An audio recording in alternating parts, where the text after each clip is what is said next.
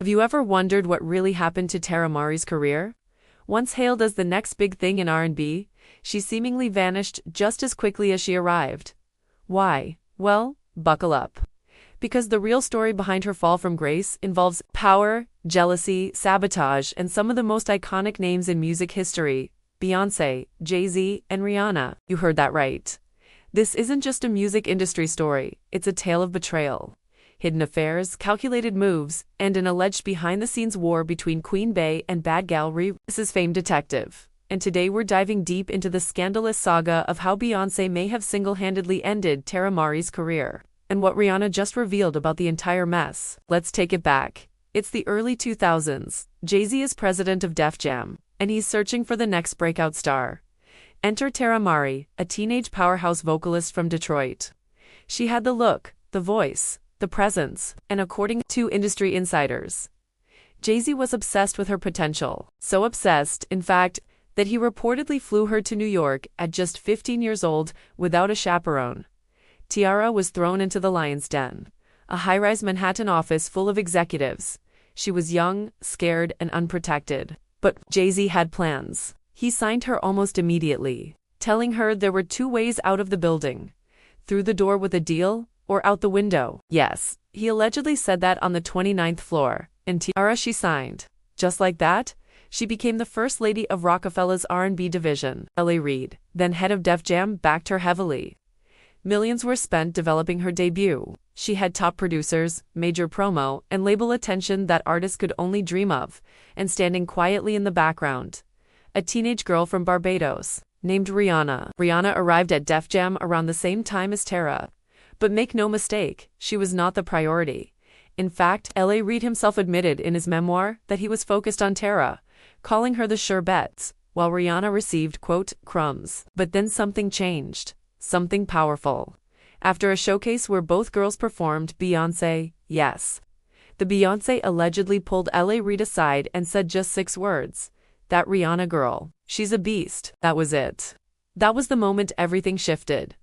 Suddenly, Rihanna went from backseat to front and center.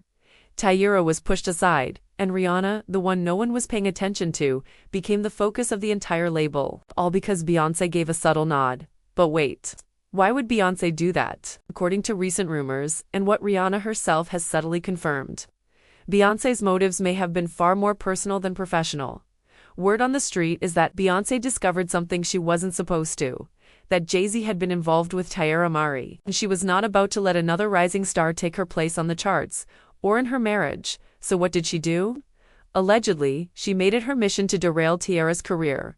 Behind the scenes, she pulled strings. She made phone calls, and she influenced the very people responsible for launching artists into super. The most chilling part: it worked.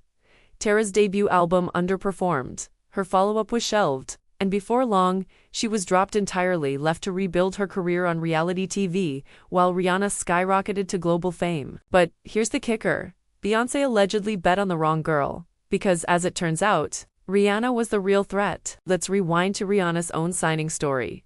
She was just 16 when she auditioned for Jay Z. In her now infamous interview with Tyra Banks, she described how nervous she was, and how Jay Z told her the same thing he told Teairra: there are two ways to leave, through the door with a deal, or through the window. Sound familiar? According to Rihanna, Jay Z locked her in his office for 12 hours, refusing to let her leave until she signed. She was a minor, he was nearly 30. That's not mentorship. That's manipulation. Insiders have long speculated that Jay Z and Rihanna had a secret relationship, something Rihanna's former publicist once admitted he fabricated as a PR stunt. But no one truly believed that explanation. The tension between Beyoncé and Rihanna started long before fans noticed, and the two have never made a single song together, despite both being tied to Jay Z and existing under the same industry roof for nearly 2 decades. Coincidence? Highly unlikely. By the time 2013 rolled around, the tension between Beyoncé and Rihanna was no longer just a whisper behind closed doors.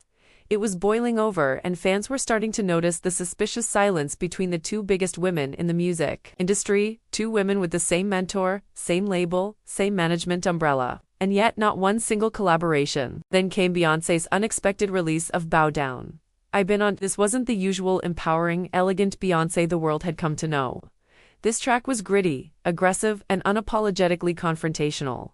Lyrics were, "I know, when you were little girls, you dreamt of being in my world, don't forget it. Don't forget it, respect that, bow down bitches." Fans were shook. The song sparked instant controversy, not just because of its lyrics, but because of what it represented. Here was a woman known for girl power, now telling other women to bow down. To many, it felt like a complete reversal of her brand. And guess who the public immediately assumed the diss was aimed at? Rihanna. The subtext was hard to ignore. A younger woman rising in popularity, dominating the charts, and even rumored to have been involved with Beyoncé's husband. All signs pointed to Riri. Music critics, bloggers, and fans lit up Twitter and forums, dissecting every lyric. Was Beyoncé finally responding to years of rumors about Rihanna and Jay Z? Was this her way of putting Rihanna back in her place? One fan tweeted, "You can't sing 'Girls Run the World' 1 minute and then drop 'Bow Down Bitches' the next. Which is it?" B. Even longtime supporters felt a shift in her tone. She was angry, and this was her warning shot. And Rihanna? Oh, she wasn't staying silent. Shortly after the release of Bow Down, Rihanna clapped back on Twitter with her signature boldness. She posted a link to a Billboard UK article crowning her the Queen of Pop, captioning it with, "I only know how to be number one. I could use a challenge." But that wasn't the mic drop. She followed it up with a shady jab that sent the internet into a frenzy. "How'd it feel down there on your knees, huh?" Fans instantly decoded the shade. Bow down, knees. It was too pointed to ignore. The message was clear. You can throw shade, but I'm still on top. And the media ran with it. Headlines erupted. Rihanna disses Beyoncé after Bow Down release. Queen Bey versus Bad Gal. Is the feud real? Jay Z at the center of music's coldest war. But Beyoncé never directly addressed the speculation. Instead, she attempted to explain the meaning behind Bow Down during an interview. She claimed the track came from a place of personal empowerment and self-defense. It was the Beyoncé that was angry. "I woke up, went into the studio with this chant in my head. I needed to say it. It wasn't the Beyoncé that wakes up every morning. It was the Beyoncé that needed to feel strong." She even admitted, "If this song never comes out, I'm okay. I just needed to say it. But it felt hot, so I put it out. If people like it, cool. If they don't, whatever. I won't do it every day, but I said what I said." But fans weren't buying it, because for all Beyoncé's talk of empowerment and unity, Bow Down felt like a warning shot. A territorial message. A queen telling the world she's not ready to be dethroned, especially not by the girl her husband allegedly couldn't stop chasing. And Rihanna. She wasn't bowing to anyone. Not then, not ever. But the most shocking accusation came during the release of Rihanna's anti-album. You see, just before the album dropped, it mysteriously leaked on Tidal, the streaming platform owned by Jay Z and Beyoncé. Coincidence? Some think not. Sources claimed Beyoncé had Jay-leaked the album on purpose to sabotage Rihanna's rollout, especially since Beyoncé's Lemonade was set to drop shortly after. And if it was sabotage, it worked. Anti sold 124,000 copies in its first week. Lemonade, a massive 653,000. Fans even noticed the two women dodging each other at Tidal events, refusing to stand side by side, or even interact. One insider told gossip blogs the event was choreographed to keep them apart. This wasn't a misunderstanding. This was war. And now, here we are, Beyoncé, still a global icon, still queen of pop culture, but Rihanna, a billionaire, a fashion mogul, a makeup empire, a global brand.